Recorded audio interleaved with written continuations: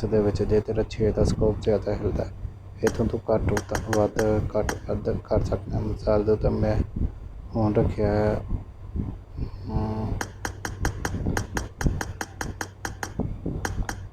17 ते आ गई हुण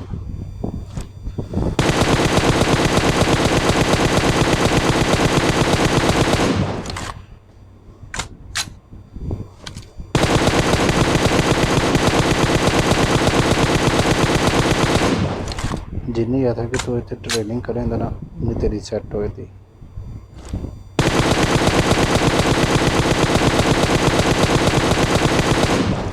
सिर्फ ट्रेनिंग नाल सैट होना है ठीक है। उस तो बाद नहीं स्कोप ज़्यादा हिलता है कैमरे नूं नहीं छेड़ना तू ठीक है। ADX ADX लिखिया ये इतों आके जेरा भी स्कोप है तू उसकी घट वध सैटिंग करनी है अपने मुताबिक जिन्नी तेरे मोबाइल नाल चलती है। जी होंगी सैटिंग है उत्ते थल्ले होंदी है मेरा 6 का ना जिन्ना मैं ज़्यादा करांदा उन्ना घट रिकॉर्ड उन्ना ज़्यादा रिकॉर्ड घटेगा ठीक है। ये सैटिंग होंदी है भाई।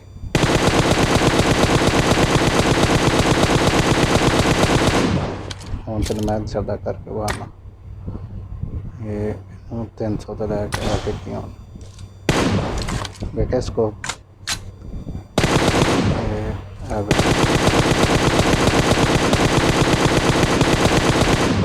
ठीक है। हुण निशान दे कोलों स्कोप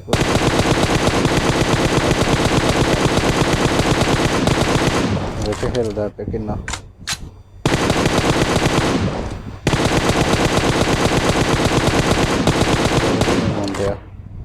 इनू तू अपने हिसाब से सैटिंग कर सकना है। इन्हू मैं 300 रखे इन्हू मैं 27 ते 24 ते लावां वेखी